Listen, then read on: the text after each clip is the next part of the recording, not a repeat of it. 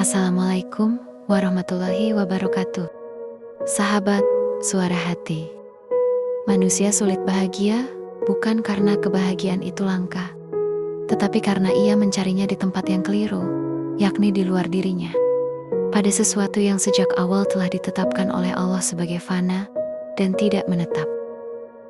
Kesulitan itu berakar dari hati yang terhijab, yakni hati yang kehilangan arah, karena tidak lagi menjadikan Allah sebagai pusat rasa dan makna. Ketika kalbu menggantungkan bahagia pada dunia, yaitu pada harta yang bisa habis, pada manusia yang bisa berubah, pada kedudukan yang bisa runtuh, maka sejatinya ia sedang menanam benih kegelisahan dalam dirinya sendiri. Sebab apapun yang tidak kekal tidak akan pernah mampu memberikan ketenangan yang kekal. Ketahuilah, hanya dengan mengingat Allah, hati menjadi tentram.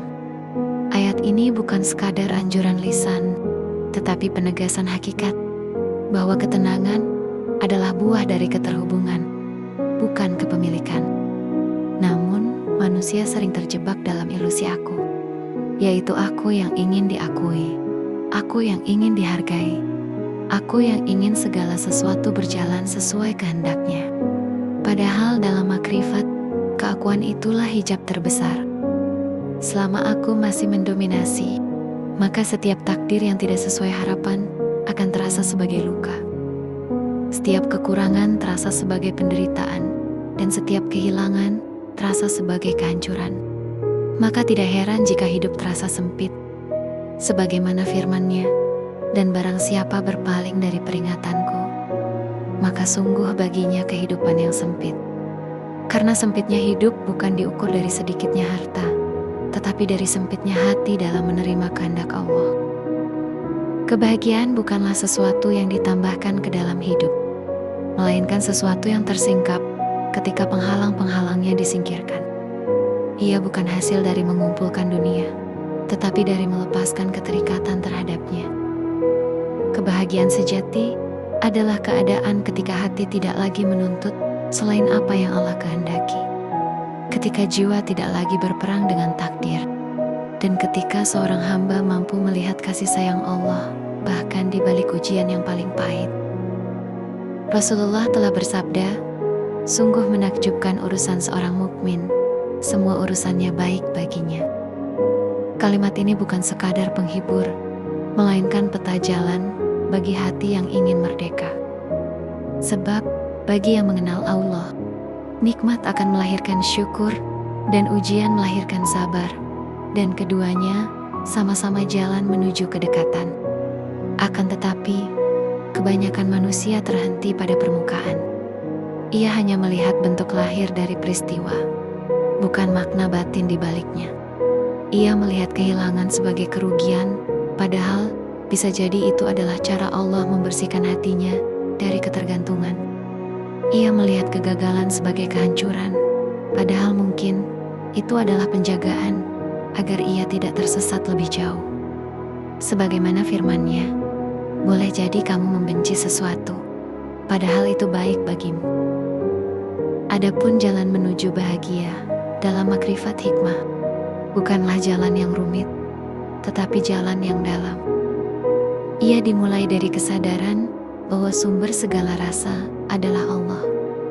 Lalu dilanjutkan dengan mujahadah untuk menata hati agar selalu terhubung kepadanya. Zikir bukan sekadar pengulangan kata, tetapi upaya menghadirkan Allah dalam setiap denyut kesadaran hingga hati menjadi hidup.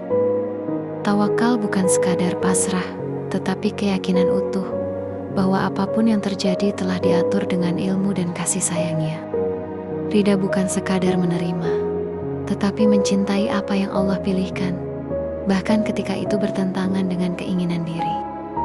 Ketika tiga hal ini menyatu, maka perlahan-lahan hijab tersingkap, dan seorang hamba mulai merasakan bahwa kebahagiaan tidak lagi bergantung pada keadaan luar. Ia tetap tenang dalam kekurangan, tetap lapang dalam ujian, dan tetap bersyukur dalam kesederhanaan. Di titik inilah ia memahami firman Allah, "Wahai jiwa yang tenang, kembalilah kepada Tuhanmu dengan ridho dan diridhoi. Bahwa jiwa yang tenang bukanlah jiwa yang bebas dari masalah, melainkan jiwa yang telah menemukan Tuhannya di balik setiap masalah. Maka pada akhirnya manusia sulit bahagia, karena ia belum selesai dengan dirinya sendiri, belum selesai dengan egonya, belum selesai dengan keinginannya, belum selesai dengan ketergantungannya pada dunia. Ia ingin merasakan manisnya kedekatan, tetapi masih enggan melepaskan pahitnya keterikatan. Padahal, bahagia adalah cahaya yang hanya singgah pada hati yang bersih, hati yang tidak lagi dipenuhi oleh selain Allah, hati yang telah memahami bahwa dunia hanyalah jalan, bukan tujuan. Ketika seorang hamba sampai pada kesadaran ini, maka ia tidak lagi sibuk mengejar bahagia, karena ia telah menjadi tempat bersemayamnya kebahagiaan itu sendiri. Ia berjalan di dunia dengan ringan, karena hatinya tidak lagi terikat. Dan ia memandang setiap kejadian sebagai bahasa cinta dari Tuhannya. Maka, di sanalah bahagia bukan lagi sesuatu yang harus dicari, tetapi sesuatu yang mengalir, tenang, dalam, dan abadi. Karena ia bersumber dari yang maha kekal.